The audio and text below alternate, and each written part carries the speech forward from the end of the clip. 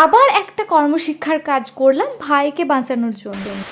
বাড়িতে বসে তিনটি ভাইয়ের কর্মশিক্ষার কাজ করতে হলো আমাকে।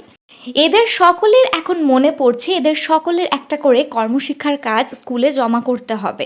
আর সেটাও মনে পড়ছে কিনা এই এক্সামেরই আগের দিনে। এই ছেলেগুলোকে আমি কি বলি। এই ভাইয়ের কাজটির ক্ষেত্রে কোনো রকম সাজেশন ছিল না কি বানাতে হবে, তাই আমি ভাবলাম এই মোটিভেশনাল ওয়ার্ডসগুলো অনেক বেশি আমাদেরকে মোটিভেট করতে পারে, স্কুল ডেকোরের ক্ষেত্রে এটা কাজে লাগবে। আমি জানি আমার যেই সকল সাবস্ক্রাইবাররা দেখছো যারা আর্টিস্ট অলরেডি, আমি তাদের কাছে ক্ষমা চেয়ে নিচ্ছি। আমি সত্যি ভালো ছবি আঁকতে বা লিখতে ভালোভাবে পারি না, কিন্তু কোনো রকমে ওদের কাজটা যেন উতরে যায় তার জন্য আমি চেষ্টা করছিলাম যথাসাধ্য।